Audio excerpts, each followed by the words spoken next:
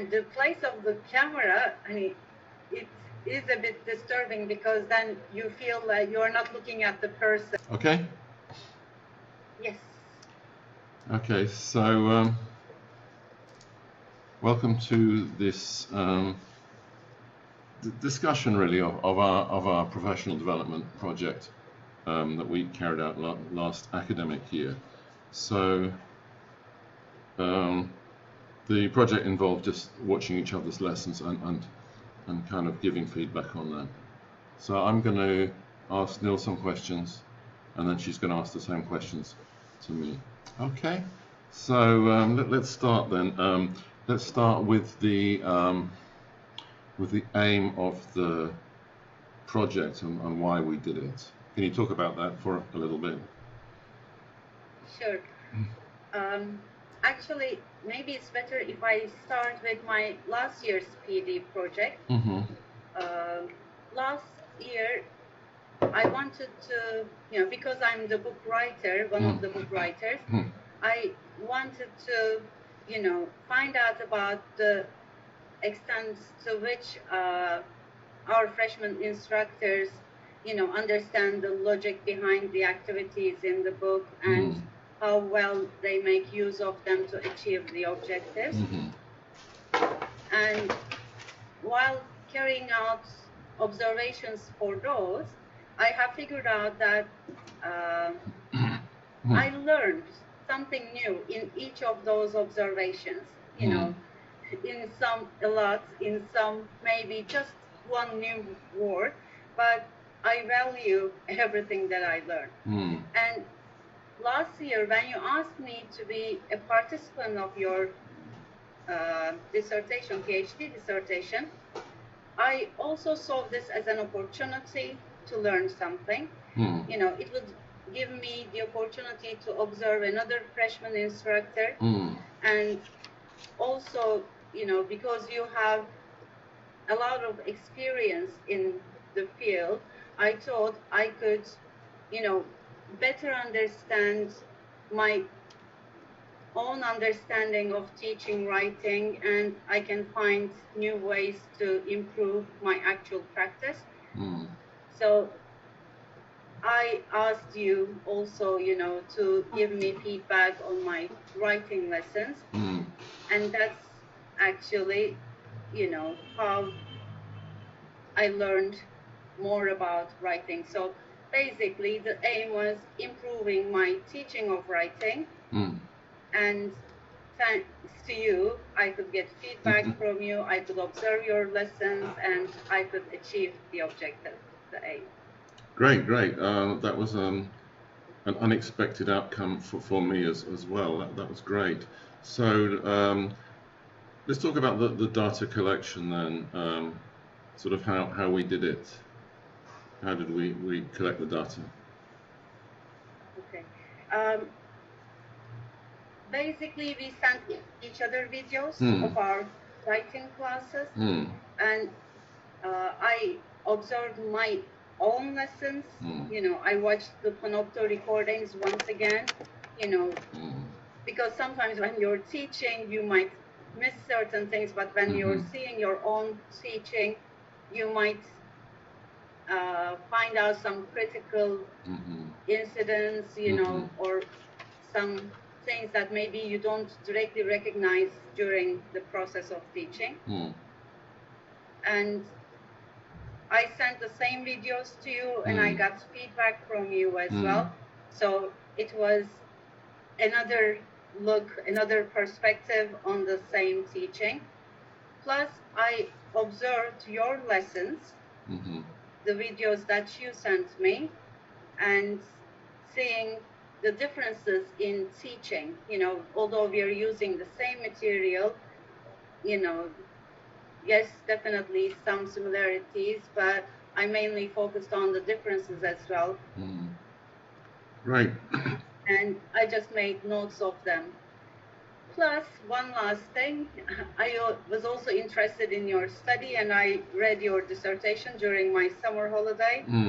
And I also got some information about the literature, in terms of academic writing.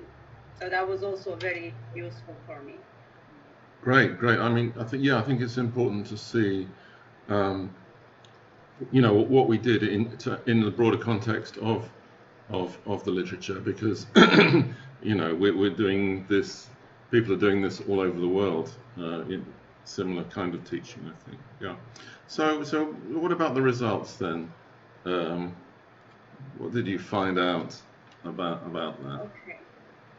Now, first of all, I learned that teachers, and also their families, their education, their expertise in the field, all these factors affect their classroom practice. And this effect might be both positive and negative. For example, by observing your lessons, I saw that you're raising more awareness in classes in terms of academic language.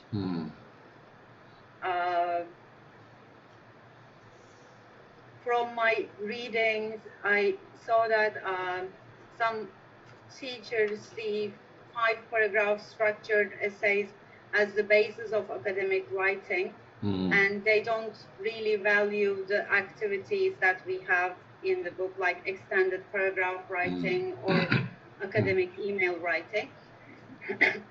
But at the same time,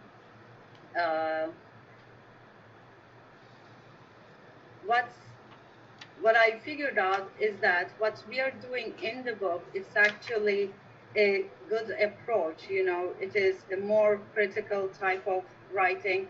It is more responsive to the needs of the university. So we are on the right track there. But more specifically, in the book, we are mainly focusing on the structure, the organization and content of writing, but there is no overt teaching of academic structures. And again, from your thesis, I learned that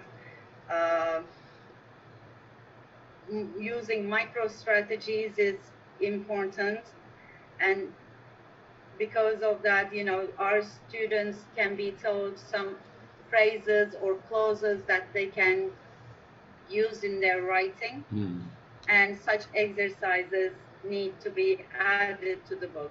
Great, thanks. Yeah, I mean, I think that's important.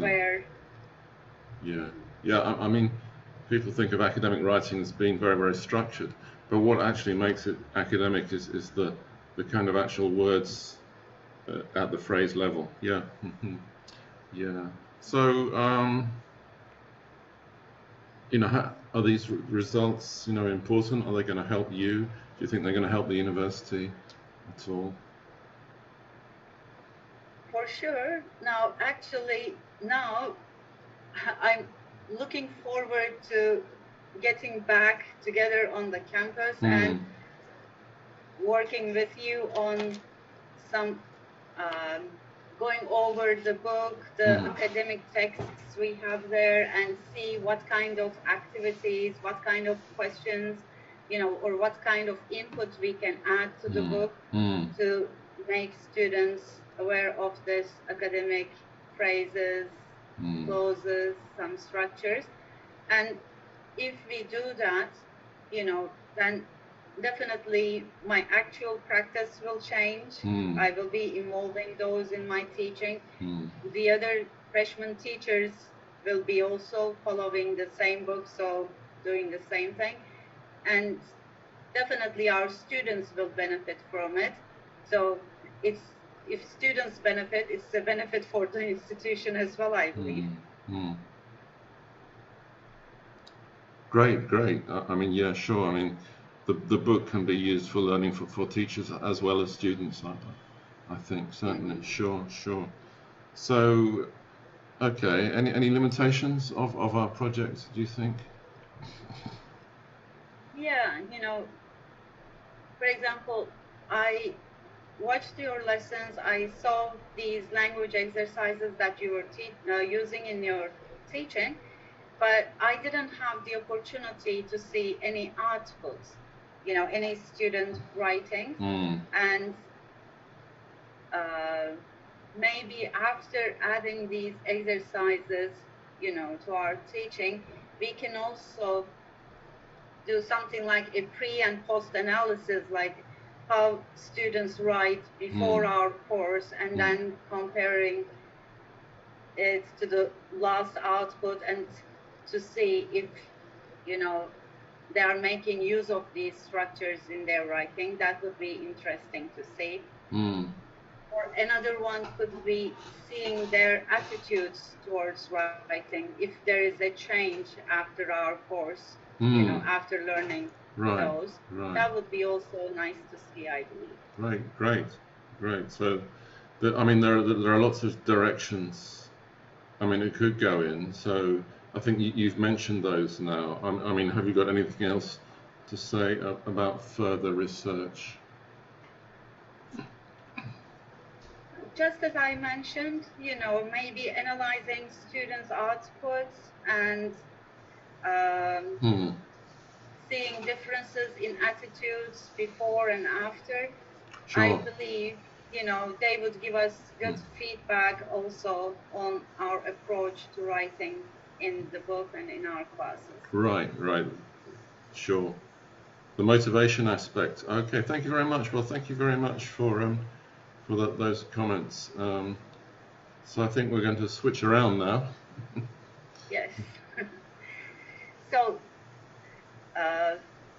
maybe I should call you Dr. Mumford. You have received your, you have handed in your dissertation, and I think got the title. So thank you. Welcome, Dr. Mumford. Thank you. So would you like to also inform us about your own PD project, how, you came to do this project, what led you to do it, and the aim? Right. Well, as you said, it came out of this larger study that I was working on, and you were one of my participants. And it was completely your suggestion to do this project, which I'm very glad you did, actually, because I think it was a nice outcome of something I was already working on, and a practical outcome too, not just a theoretical one. So it put me in a different position, because I became a participant, whereas on my own project I was just the researcher. But actually this made me into a participant too. So I was getting that perspective on it, which is very, very helpful. So I think that's all I can say about that. Okay, and so in a way you became the participant of the project. But what kind of process you went through? How you collected your data for it? Well, the data collection was basically interviews and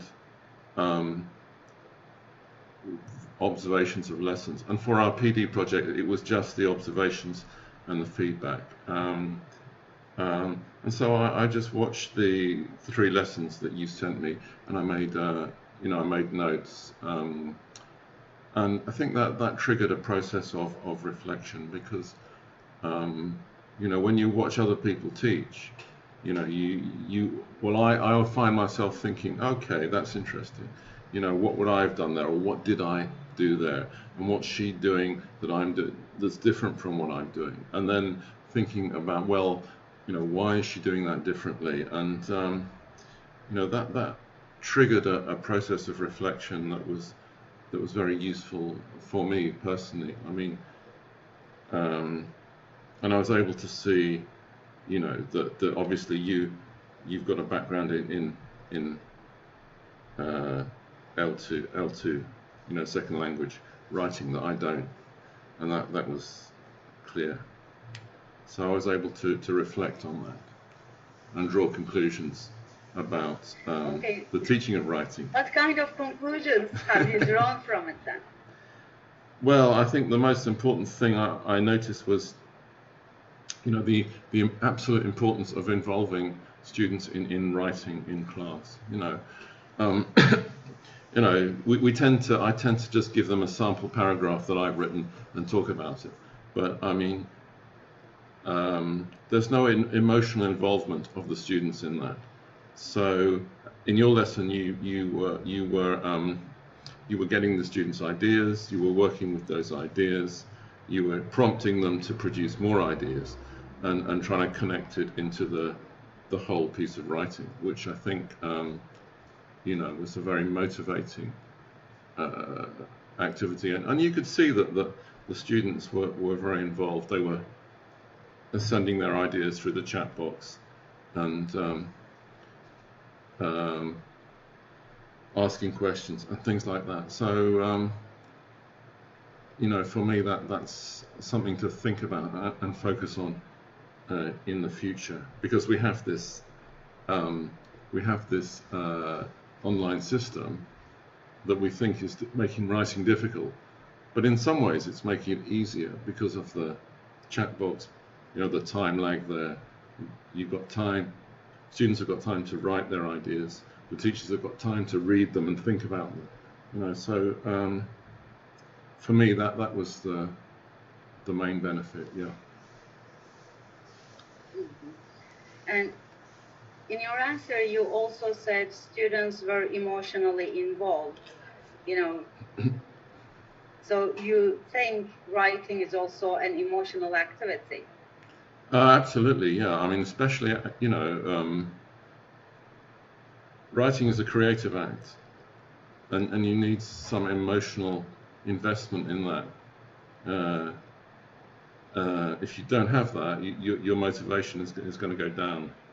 So, a student's going to be thinking, "Oh, look, she's taken my idea. She's using that to create this paragraph, and I'm a part of that, and the other students, we're all a part of that. It's something that we've created together. Whereas if you just show them something you've written, they think, oh yeah, but it really doesn't connect with them. So that's what I mean by emotional investment. Yeah. Okay. And so how do you think these outcomes, results will affect you or your colleagues, institution? Will they have any effect?